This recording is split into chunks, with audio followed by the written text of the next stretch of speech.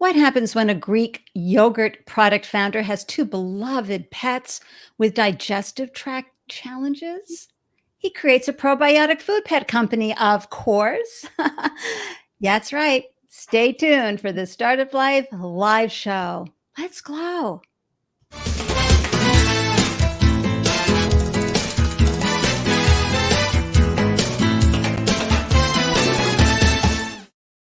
Hello, everyone, and welcome to the Startup Life Live Show. I'm your host, Ande Lyons, 4 times founder and startup champion to founders around the world. And after raising 4 businesses of my own, I now share founder startup stories to help newly minted business owners find the solutions and inspirations they need to succeed.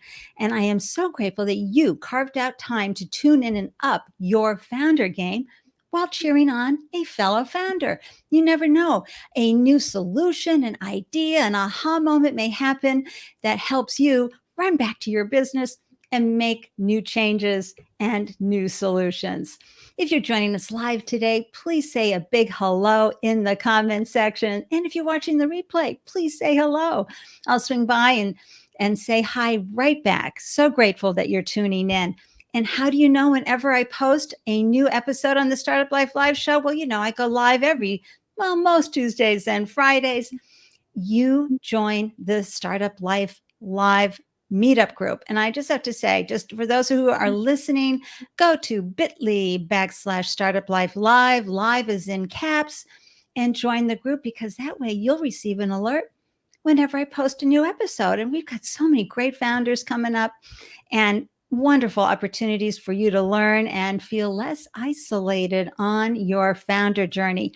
And I got to say, thank you for sharing your love wherever you're watching this video. We are live on LinkedIn, Facebook, YouTube, Twitch, Periscope. And by sharing your love, that's right, on that video, it goes out to your stream, out to your community. And you never know who you might be helping by introducing them to the show or letting them know about this specific episode. And if you're tuning in from YouTube and haven't done so already, I would be extremely grateful for your subscribe love. Thank you, thank you, thank you. It really helps us reach more first-time founders and help them maximize the joy and minimize the heartache from their startup life and journey. And if you resonate with the show's mission of amplifying diverse founder voices while serving first-time founders around the world, please reach out to me to learn more about how you can make a greater impact on the startup ecosystem through sponsoring the Startup Life Live show. Ande at AndeLyons.com is how you can reach me. So I'm very excited to introduce you to a pet lover. And for those of you who have pets, you know that we're always about their happiness because they make us so happy. But our guest today, Basel Nassar, has an extraordinary startup background as well. He is the two-legged creator of Boss Nation Brands. Okay, that's the dog on the left and a cat on the right. And this is a line of innovative pet products that promote gut health through probiotic and prebiotic nutrition. And Nassar's best friends and loyal followers, well, they're a 170-pound Rhodesian Ridgeback dog and an 11-pound, yikes, Siamese Lynx cat. And they're his inspiration for founding Boss Nation Brands with the Boss Dog brand and Boss Cat brand pillars. So let's bring Basel into the room and welcome him with the Startup Live. Welcome. Woo! Hi, Ande. Hey, I am so happy to have you on the show. Where are you hailing from? Seattle, Washington. Oh my gosh. How are you guys doing? How's the weather? Any fires? What's going on around there? We're enjoying our short bit of sunshine, and then as soon as you pull the patio equipment out, you got to put it back in for the rain. So it's a short-lived I know. Oh, I'm so delighted that you could join me and share your journey with us on the Startup Life Live show, because, we learn so much from founders like you on how to do more and be more with our own founder journeys. So let's get right into a first quick hello. Hey, thank you. Erin Weisblatt for your quick You Go Girl. Thank you so much. And again, a happy birthday to you. I know it was last week, but really, you got to celebrate for the month. So happy to see you. And hi, Asia, waving from Boston. Mwah. So happy to see you. Thank you so much for tuning in. So, Basel, I mean, I have a deep appreciation for doing any kind of product on a shelf because I had a food business myself. So I understand the challenges that can come with moving product and shelf life and things like that. What first, though, called you to become an entrepreneur? You have a really extensive background in working for others. I'm just curious, what made you leave payroll behind and jump in to entrepreneurship?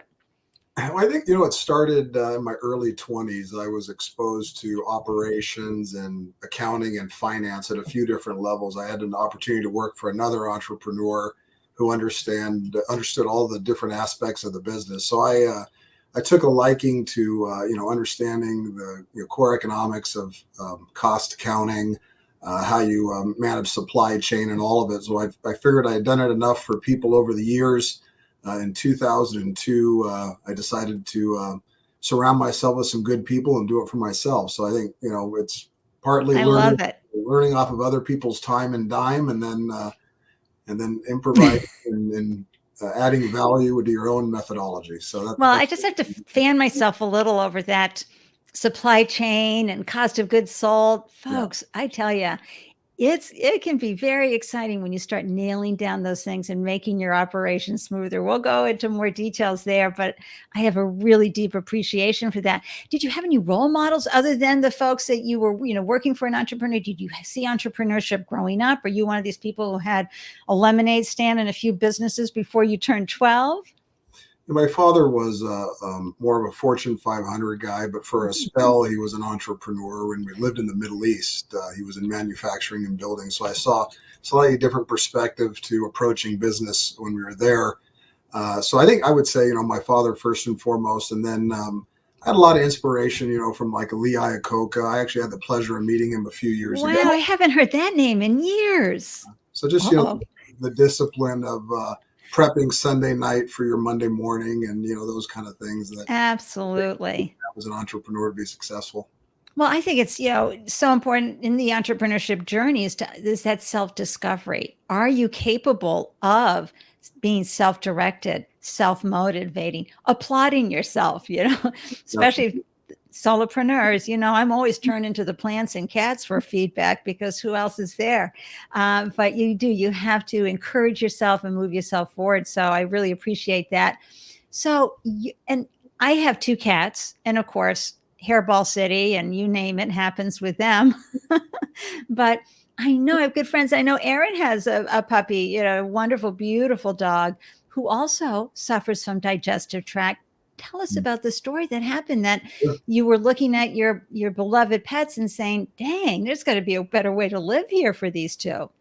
Well, I think initially it came from having over 20 years of experience in Greek yogurt for humans. So we'd founded a Greek yogurt company in early 2002.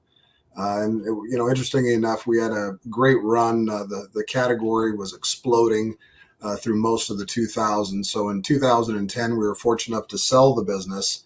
And our acquirer was a very large natural and organic group. And what they brought to the table was, advisory teams, regulatory research and development. So for about 8 years, we learned how to infuse probiotics into dairy-based solutions, plant-based soups, just a whole variety of different things. So after, working for the man per se for about 8 years post-acquisition, we decided, why not do this for ourselves? So I surrounded myself with my top people, our back office and marketing team and our head of regulatory.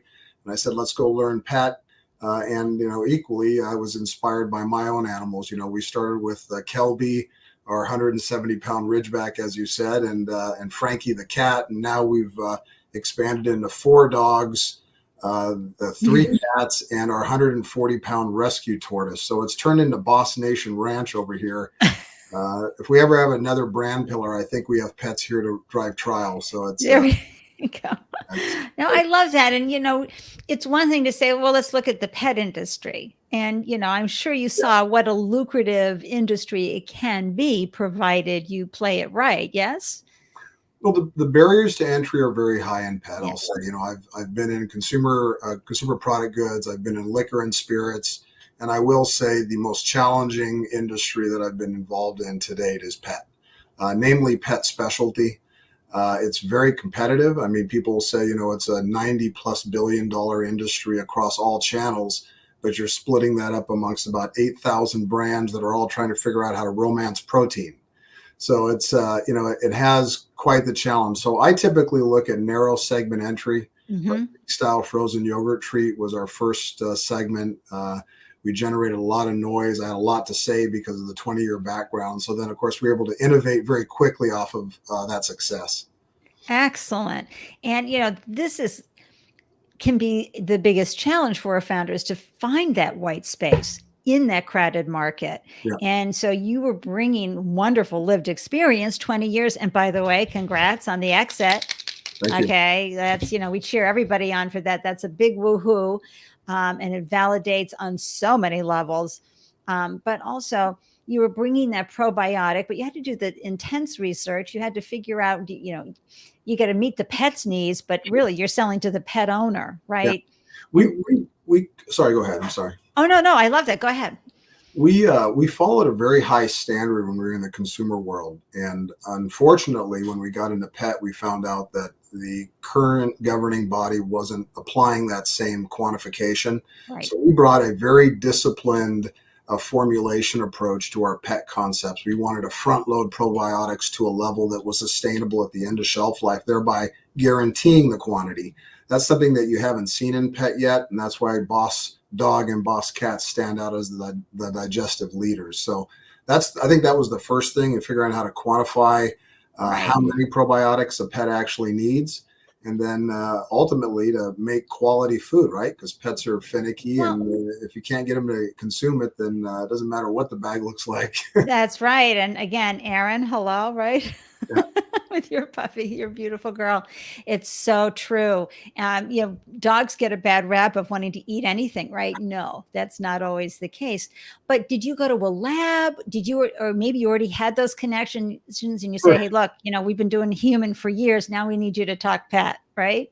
Our first actually is human grade. So we have human grade affidavits to support the Greek style frozen yogurt. So you'll oftentimes catch me maybe even eating the thing, even though I don't encourage it. I typically start with supply chain. I love to have a great origin story. So who are my farmers? Where's the milk coming from? Where's the protein coming from? So that's critical. And then I have to have a working relationship with them, because if we're going to scale any business, you need to have a partner that can help scale and understands, supply chain. And that's typically what I look for. But everything that we do has a great origin story. Either the proteins from the Pacific Northwest, all the milk comes from the Central Valley, 3-generation farmer. You're like our local hero, Gary from Stonyfield Yogurt, right? Oh yeah.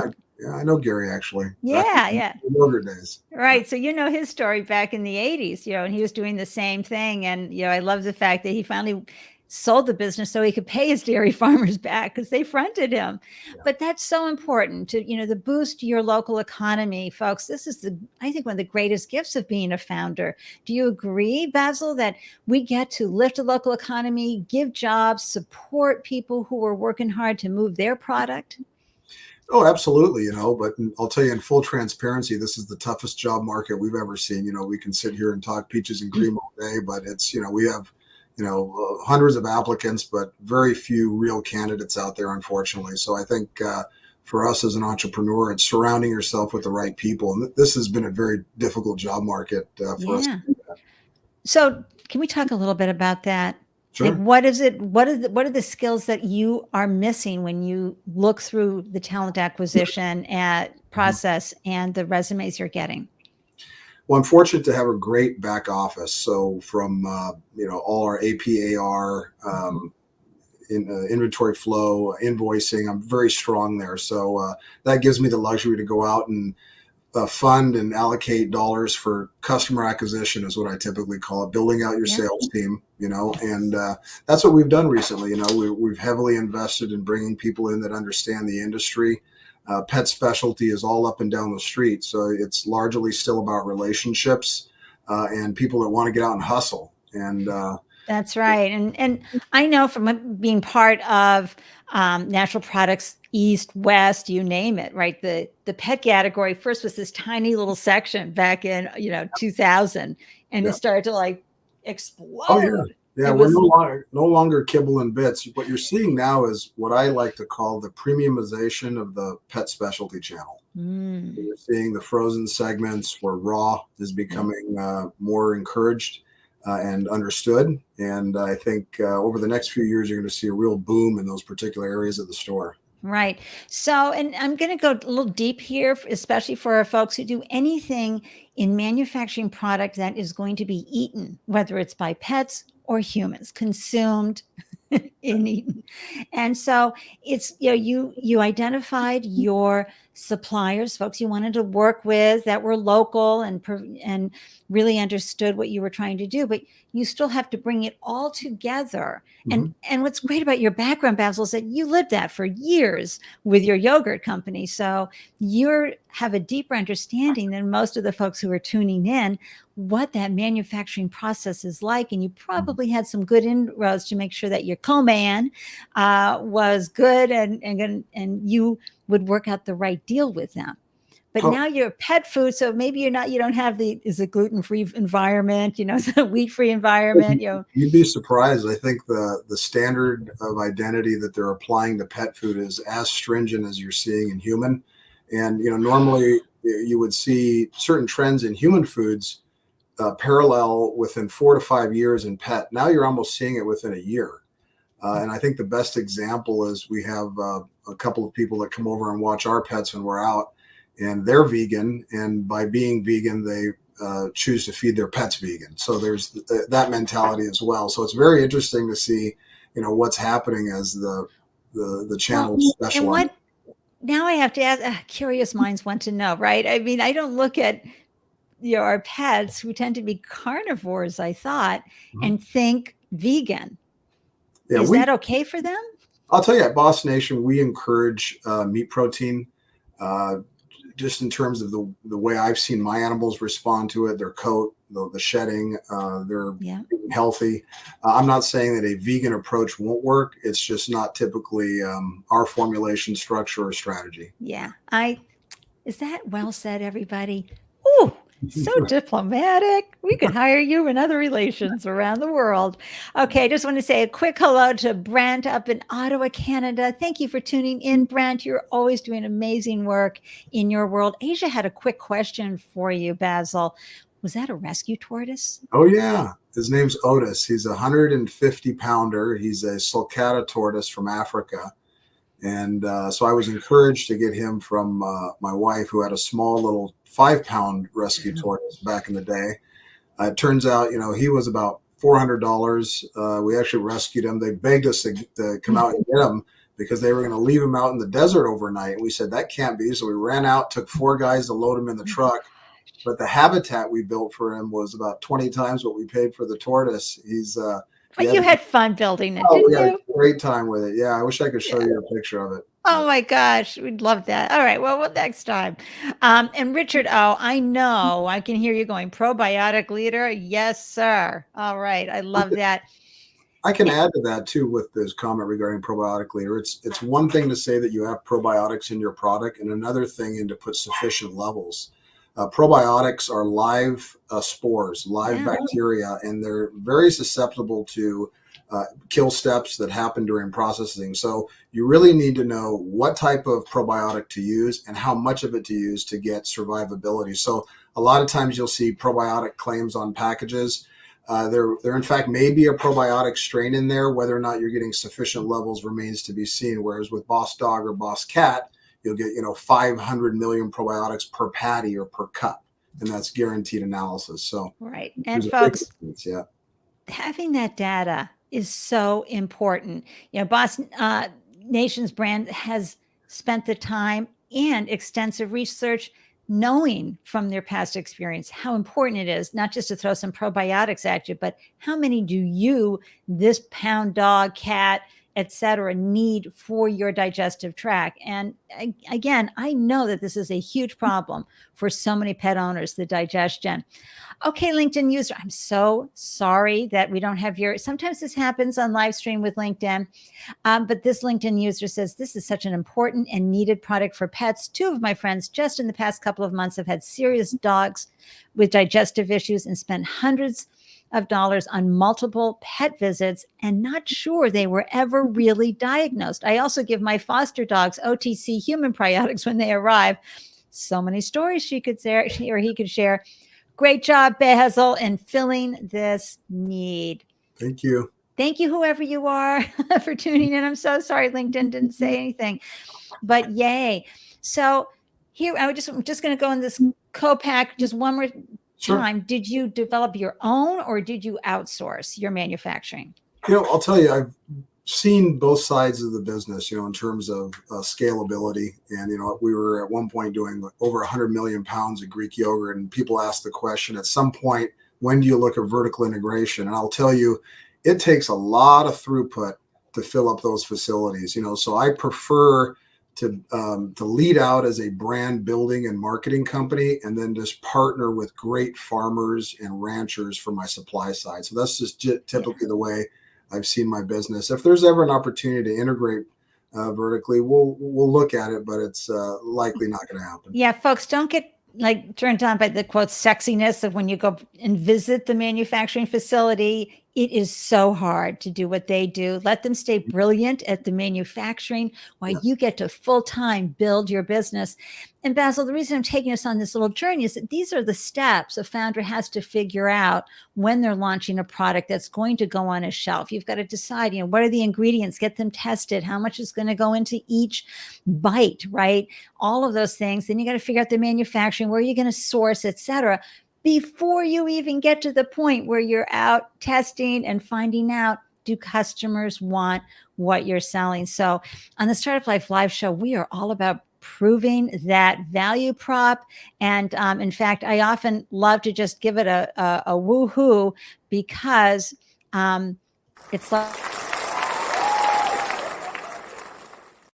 we all start off with a hypothesis that, dog owners are going to want some food with tested and proven probiotics in them, but then you've got to get them to buy it.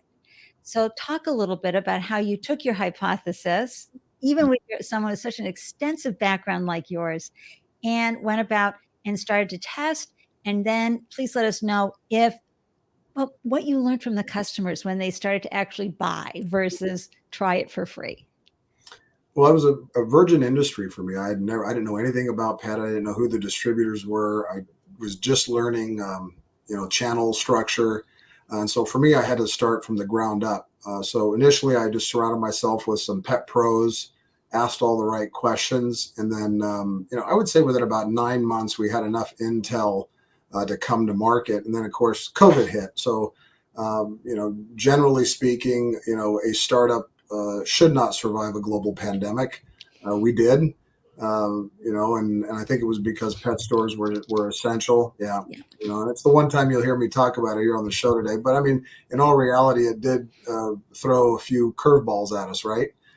So once I understood how to get listings, how to get to market, who the low-hanging fruit retailers were, we went after them aggressively. And I not only have an operations background, but I like to sell the products that I innovate as well. So I carried my own bag for about a year and a half up until, everything slowed down. And then nice. Yeah. All right. I love that term, carried my own bag. Come on, tell us more.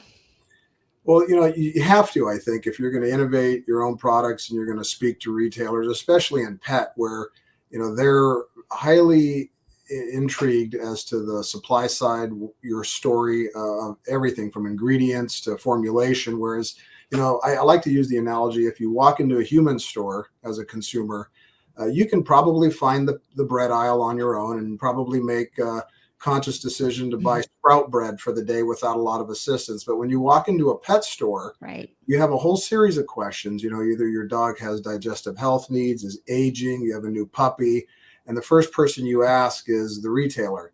And so I learned right in the beginning, and here's the secret to the industry, folks. this and persistence, activate your gatekeeper.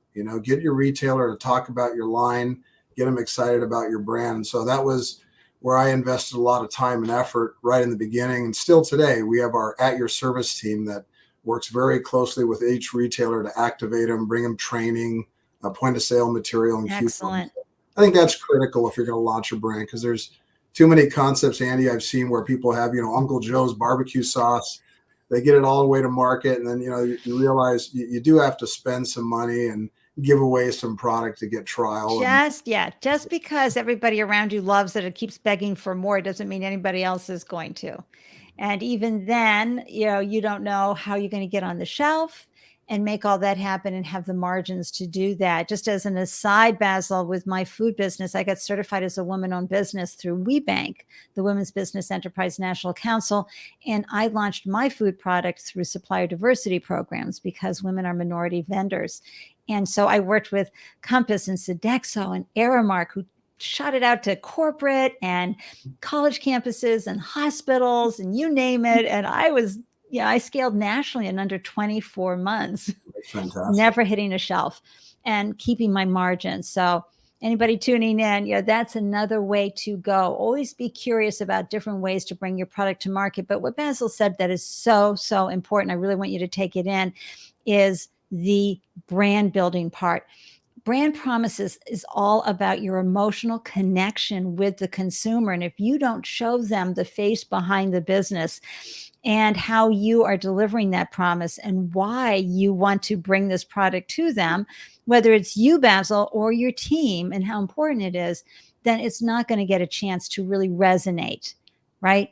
Absolutely. Yeah. I think if you can't stand in front of your brands, then, your team won't respect you. And, I've got some real high caliber individuals that are from the pet industry now. And, they call me out every day on how we're approaching the industry. And I prefer that, because I surround myself with the best. But I think, the one thing I would tell entrepreneurs or aspiring entrepreneurs is, regardless of what it is you're bringing to market, you have to be prepared. And this is real talk here, to cover the financial gap.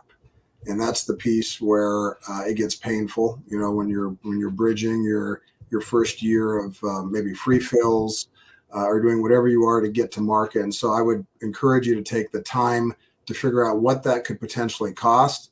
And then when you have that number, double it, because it's probably going to be more than you would expect. And so if you're ready for that, then you're ready to take your first step into the market. Okay, everybody, you know what I'm having right now? That's lovely. That's really, really important advice. Thank you so much, Basel, for that. As we are all building our businesses, it's so important that we hear incredible and relevant advice like that. And it does lead me to my next question, but I did want to share, one of our viewers from LinkedIn is saying, love that. Activate your gatekeeper. Great words of wisdom.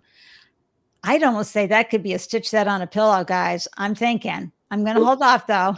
I've had two over the last 30 years that I'm proud of, and it's activating your gatekeeper and what I called spoon to mouth marketing.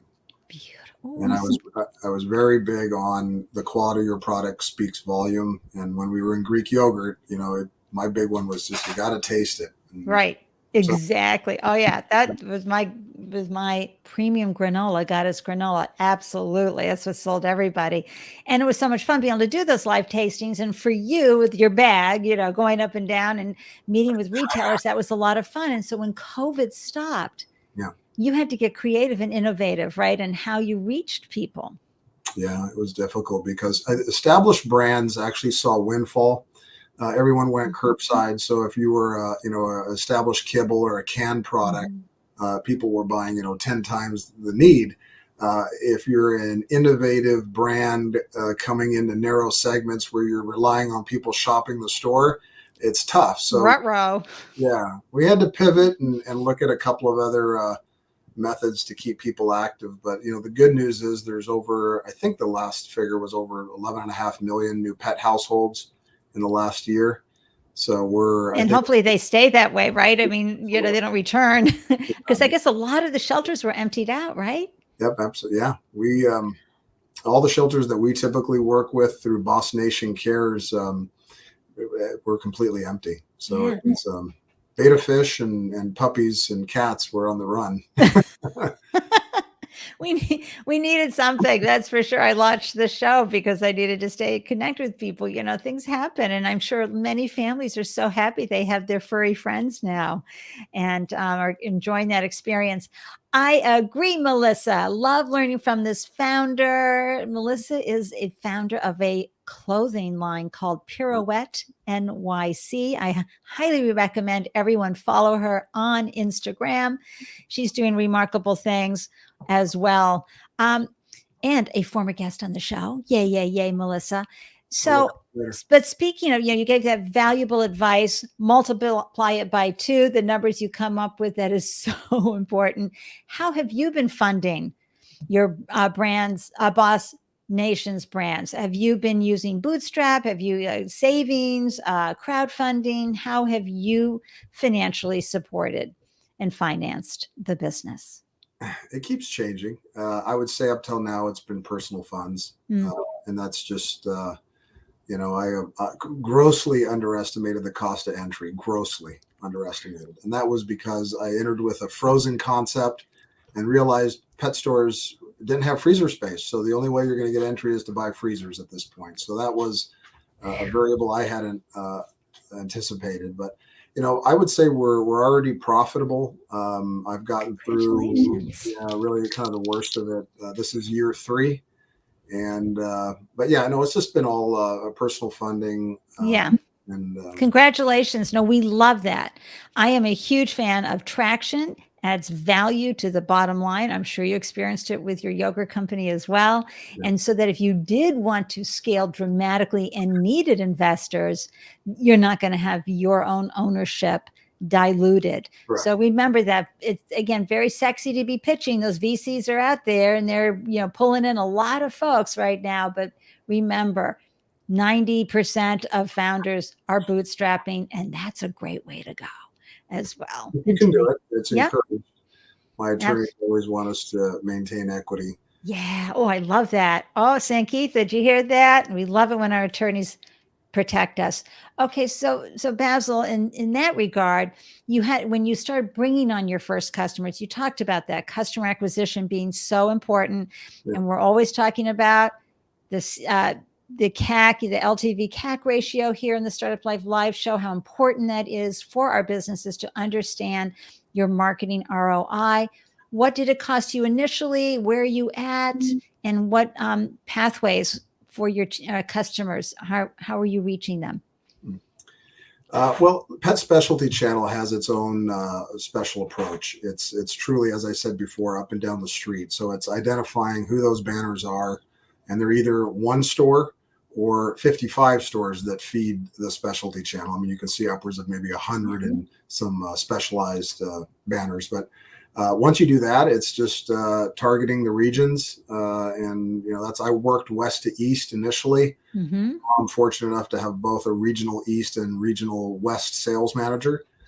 So I'm able to leverage those guys a little bit and work some of the headquarter calls is what I've been doing lately. But nice. Yeah, the first few years, are just figuring out who the game players are and trying to build those relationships because you're trying to tell a story. And, I started off right in the beginning, just getting turned away really by everybody. I think every single distributor in North America turned us away. What was their number one reason? It's a crowded market where, like I said before, everybody's trying to figure out how to enter with protein concepts that are all very similar. Yeah. Because you have to meet the AFCO standard. Yeah. So I had to find a way to differentiate. So part of it was, I built a lot of credibility on the 20 years of Greek yogurt.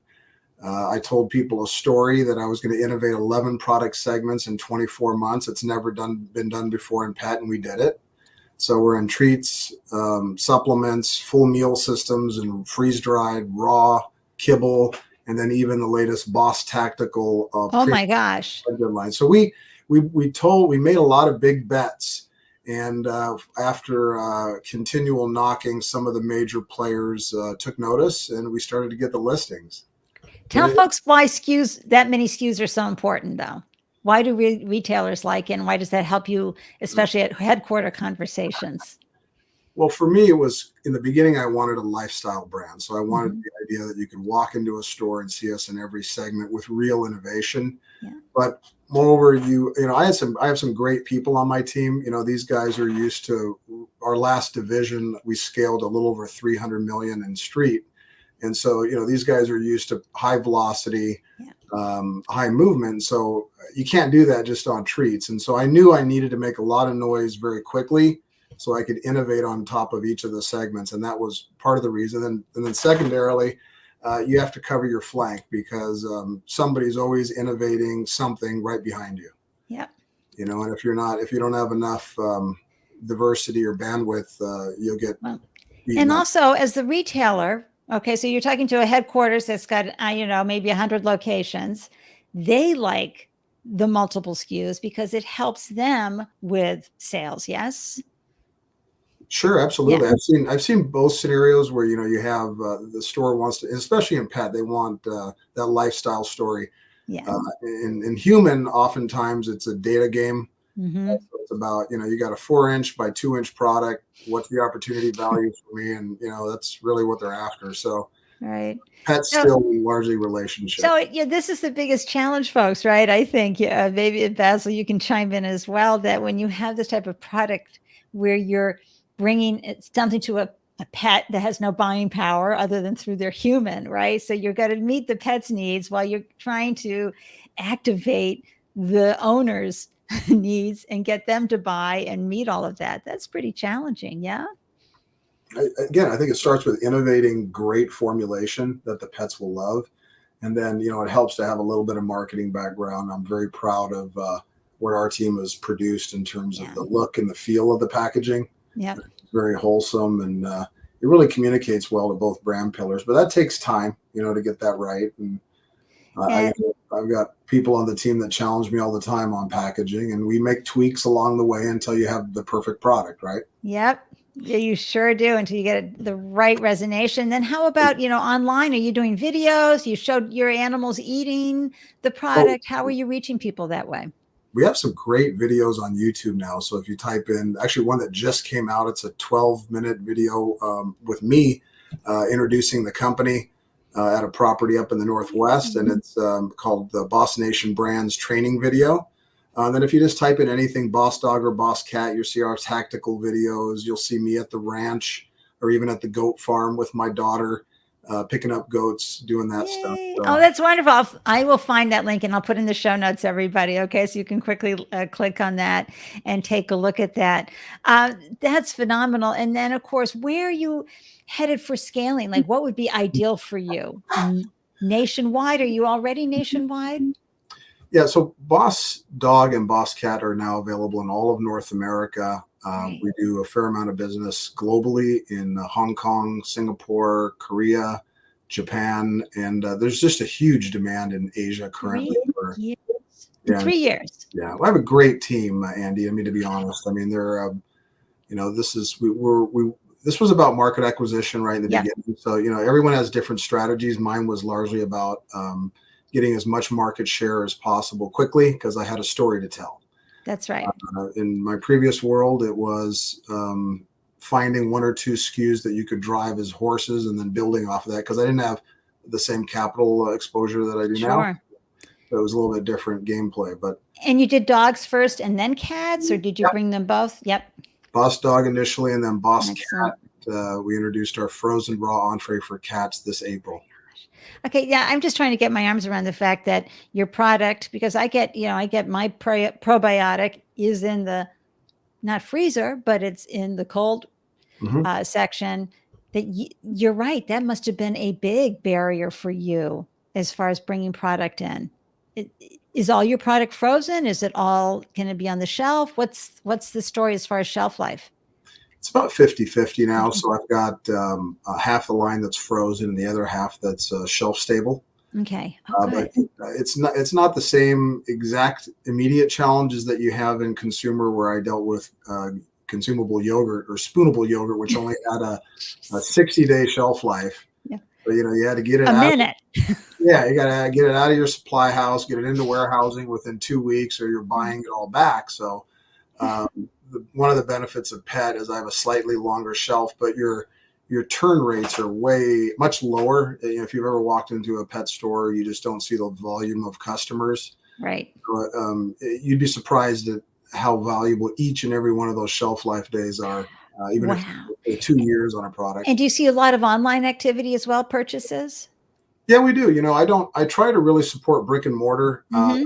That's really where Pet Specialties focuses, and we're really Excellent. a focused brand. But you have to entertain some of the .coms with discretion. There's the right way and wrong way to do it. We have a IMAP program, so we keep online retailers from driving the price down or compressing margin and racing to the bottom, which is very typical in pet industry. So What the thing that we don't what is that? Oh, there's different ways, to manage deltas on your price points. Yeah. And so anytime you can work with services that will scrub the internet, and they'll look at certain customers that are big in the .com world.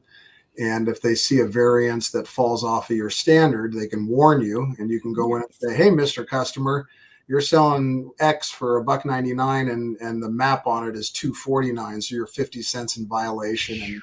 And we do a great job of managing that. And brick and mortar loves that because it continues to make them a viable street shop.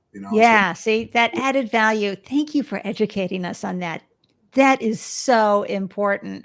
And I know there are folks who are going to be tuning into this going, OMG, that I didn't think of when I was doing what I'm doing. So I love that.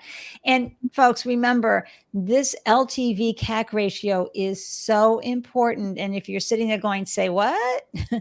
Hop on over to YouTube to my Ande-licious advice playlist, and you will find a very fun, simple, how to calculate the LTV CAC ratio video. I'll also have the link in the show notes. Get good at that, because this is how much you need to know for investing those marketing, those and sometimes very limited marketing dollars in your business, and understanding what that client acquisition cost, the CAC, is going to be. So what are you working on right now that is really hard? Because, founders learn over the years how to do really hard things. We're problem solvers, right? We were talking about that earlier, Basil. What are you working on now? And is there any way that perhaps someone tuning in on the Startup Live community can add wind to your sails or open a door? But what's your next thing that you're working on? Well, I'm staying in pet. I think about a lot to do here. It's going to be several years before I have the luxury of looking at other projects. But right now we're just focusing on building out both the dog and the cat pillar. Any reptiles in your future? Reptile food? You never know. Boss bird, boss reptile. There's always a possibility. But right now awesome. It's largely product extension now, Ande. So our hands pretty much on the table. We know what mix does well. And so, for example, we're coming out with our lamb complete and balanced freeze-dried recipe for dogs in October, and then our new fish recipe for cats. So those are the next two extensions. But that's mainly what you'll see for the next year or two. I'm very excited for the fish for cats. Yeah, absolutely. It's a tough one to formulate. And so we already do it for dogs, and now we're ready to do it for cats. Well, I'm going to be, finding out where I'm going to buy your products right here in the Boston area, because I know my kitties, and especially my long-haired Russian forest cat kind of mix. Yeah. He could really benefit from the hairball experience.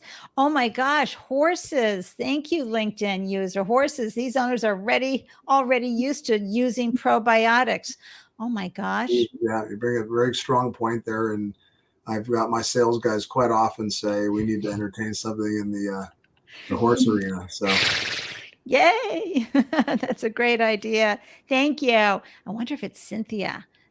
Sometimes again, LinkedIn does not provide the username on that. All right. So, you've been at this for a while. So I know that you have had your moments when you have felt inadequate as a founder. How have you shifted your mindset? What advice do you have for folks?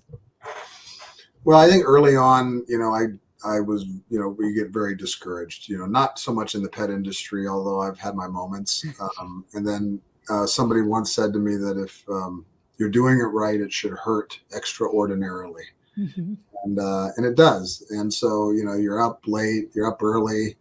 If you try to stay disciplined in between and keep somewhat of a routine, that adds to it. So I think just having the mindset that it's going to hurt, and if you'll get through it. But again, it's surrounding yourself with really great people, because I lean on a couple of real strong individuals quite often, to get through those times. Sure. Yeah. I love that.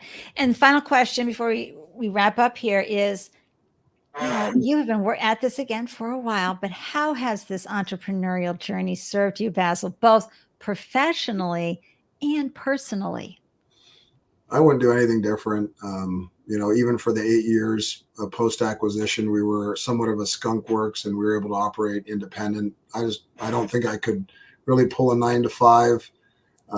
So it's been great for me. I encourage both my children to live a life of entrepreneurism. They've grown up around, the highs and lows. So you didn't scare them? We thought we were going to scare our kids out of ever doing it.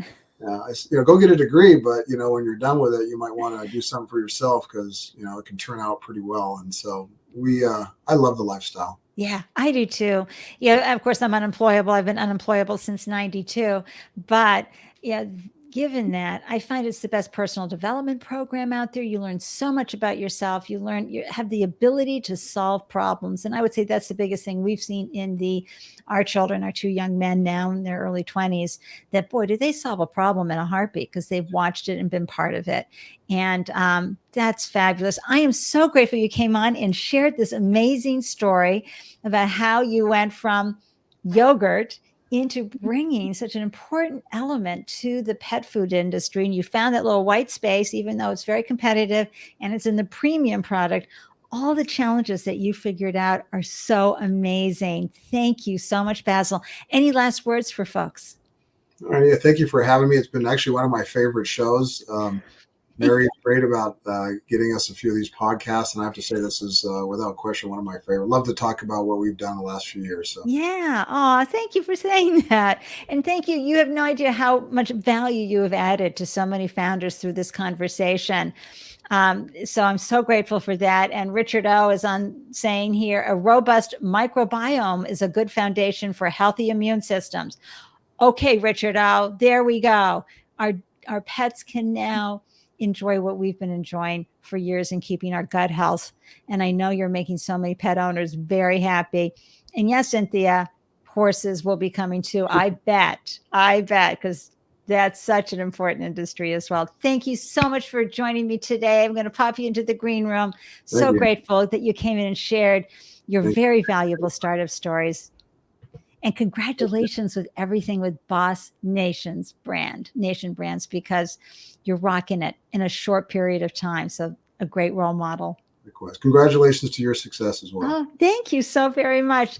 All right, everybody. That was amazing. Of course, I love going really deep into the product, the manufacturing, all those parts and pieces, because whether you're a service industry or a product person, you know how much we can learn from those kind of stories. So I'm so grateful that Basel shared all of that with us, and we were able to go deep. Let me share with you who's coming on Friday. It's Fab Female Founder Friday. And on September 10th at 12 noon, we have Kate Bradley Chernus joining us. Now, I got to tell you, Kate has the most extraordinary background. It's jaw-dropping, okay, guys? You're going to hear some incredible stories, and she has no problem sharing it because she has 20 years in broadcasting, okay, and a very popular, serious a radio guest and host. But she is now the co-founder of and CEO of Lately, which is a marketing software platform using artificial intelligence to automatically transform long-form content like blogs, podcasts, and videos into dozens of smart social posts, yielding the highest engagement from a targeted audience. Oh yeah, founders, I got to tell you, content marketing is getting a huge lift and is going to be way more easier with what they're doing with Lately. And hey, once again, how do you get an alert whenever I post a new show, or you want to RSVP to Friday's show? Right here, join the Startup Life Live meetup group, bit.ly/Startup Life Live. The Startup Life are in caps and live is in all caps. So I've got the link in the show notes. Click on that, join the group so you receive an alert whenever we go live. And thank you, Cynthia. Glad you enjoyed today's show. And I'm really telling you, I'm thinking the horses is going to happen for Boss Nation brands. So anyway, look, I am so glad that you and grateful that you tuned in. And as I always like to remind everybody, in this founder journey, you really do need to remember these few words right here. And that is, remember, you are braver than you believe. You really are. And you are stronger than you seem. And yes, as we say here in Boston, you're wicked smarter than you think. So I am truly grateful for your time today. Can't wait to see you Friday, September 10th, 12 Eastern. Mwah! Wishing you all a delicious day. Cheers.